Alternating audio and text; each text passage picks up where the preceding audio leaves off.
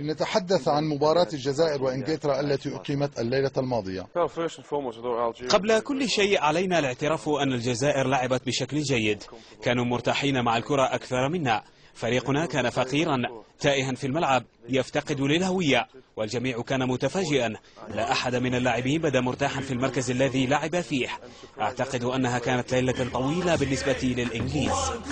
جامدة جدا في أوقات كثيرة جدا. المنتخب الإنجليزي كان في موقف محرج بصراحة يعني من أحلى الماتشات اللي كانت موجودة في المونديال، والجزائريين عملوا ماتش كويس وعملوا حاجة كويسة. حتى لو ما كملوش للدور اللي بعد كده الناس دي عملت أداء جميل. يعني الأداء اللي اتعمل قدام الإنجليز ده أداء هتذكره الناس كلها وبنهنئهم. يعني وهم خارجين كان عندهم إحساس إنه تعادل بطعم الفوز، وكلنا كان عندنا الإحساس ده. فعلا كانت مفاجأة، وفعلا كان الأداء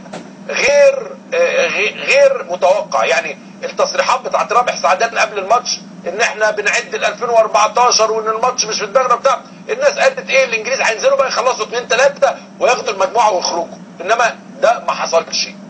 وعلى فكره هذا هو مونديال المفاجآت. ما حصل من الصرب، ما حصل من اليونانيين، ما حصل من السويسريين، ما حدث من عدد كبير من اللي اتعمل في الاسبان، اللي اتعمل في الفرنسويين.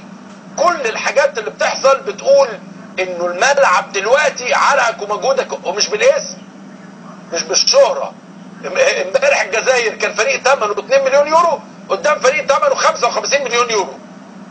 انما ملوش دعوه، ليه علاقه بالعرق والمجهود. الجزائريين فعلا امبارح شرفونا، فعلا كان اداء جميل. الناس كلها ما كانتش مصدقه، يعني ما حدش كان مصدق الاداء اللي موجود وهذه الرجوله وهذا الضغط.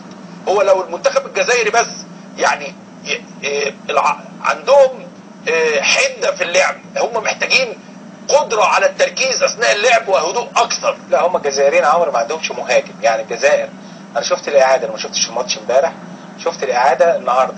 ما عندهمش مهاجم يخلص الماتش. في الماتشين اللي فاتوا عندهم فرص كتير جدا وبيلعبوا في النص كويس جدا. بس ما الانجليز كان عندهم روني برضه وما عملوش حاجه. لا، روني كان ممسوك ب3. أيوة. روني ما كانش عارف يتحرك امبارح. 3 حواليه الكوره، 3 حواليه. بس يعني بصراحه اداء جميل جدا ونتمنى لهم كل التوفيق باذن الله. عندهم الماتش الجاي ماتش مهم، والعرب كلهم مع منتخب الجزائر هو اللي بيمثل العرب في هذه البطوله العالميه. كلنا ورا منتخب الجزائر بنهنيهم، وتحياتنا لمدربهم سعدان، لانه في النهايه كلنا عرب بنحب نشارك ونبارك ونهنئ ونؤيد كل ما هو عربي موجود بيمثل العرب. خلينا ناخد نائب مصطفى بكري. كنا من شويه بنتكلم